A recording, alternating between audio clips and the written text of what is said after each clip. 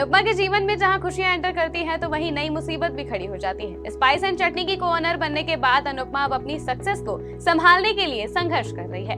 दरअसल रिपोर्टर्स अनुपमा से पूछते हैं उसके निजी जीवन के बारे में, जिस पर वो बड़ी चालाकी से जवाब देती है और कहती है कि मैं अपने जीवन को चाट की तरह आपके सामने नहीं परोसूंगी। उधर अनुज बहुत उत्सुकता से अनुपमा का इंतजार कर रहा होता है ताकि वो ये जान सके कि आखिर यशदीप के प्रपोजल पर अनुपमा ने क्या जवाब दिया। प्रेस कॉन्फ्रेंस के बाद अनुपमा जब घर आती है तो अनुज बेसब्री से उससे पूछता है कि तुम हर सिचुएशन को इस तरह से हैंडल कर लेती हो कि सामने वाले को तुमसे प्यार हो जाए। जिस पर अनुपमा कहती है कि मैंने यशदीप से कहा है कि मुझे जितने रिश्ते बनाने थे मैंने बना लिए, अब सिर्फ दोस्त बनाऊंगी।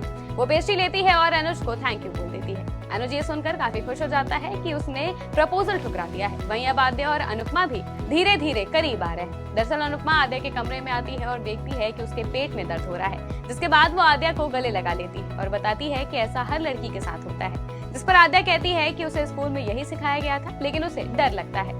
जिस पर अनुपमा कहती है कि ये स्वाभाविक है, लेकिन ये हर महीने होता है और आपको दर्द सहने की आदत डालनी होगी। आद्या पूछती है कि क्या मैं किसी से बात नहीं कर सकती, जिस पर अनुपमा कहती है कि ये कोई बीमारी नहीं बल्कि एक बदलाव है। आद्या का कहना है कि ऐसा हार्मोनल बदलाव के कारण होता है। वो कहती है कि ये बातें पहले स्कूल में नहीं सिखाई जाती थी और कहती है कि मेरी माँ ने मुझे सिखाया है और मैंने पाखी को सिखाया है और अब मैं तुम्हें भी सिखाऊंगी।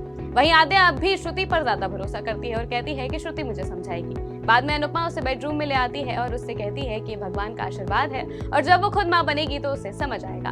इसके साथ ही वो आद्या के सोने के लिए गाना भी गाती है, जिसे सुनकर आद्या सो जाती है। वहीं इससे श्रुति दूसरी ओर बड़ी बेचैन और परेशान नजर आती है। अब अनुपमा की जिंदगी में एक और नई मुसीबत भी खड़ी हो गई है। दरअसल नए प्रोमो में देखा जा सकता है कि अनुपमा एक बुरा सपना देखती है, जिसमें वो और विक्रम एक डिश बनाते हैं जिससे अनुपमा भारतीयों का गौरव बनना चाहती है। लेकिन बाद में कुछ पत्रकार और लोग वहाँ आते हैं और अनुपमा पर आरोप लगाने लगते हैं, साथ ही उसे धक्का देकर नीचे भी गिरा देते हैं। इसके अलावा यशदीप भी अनुपमा पर आरोप लगाता है और 2 जजेस अनुपमा की शेफ चैंपियंस की ट्रॉफी भी ले जाते हैं। अब अनुपमा अपनी इस ख्याति को कैसे संभाल पाती है, ये आने वाले एपिसोड में ही पता चलेगा।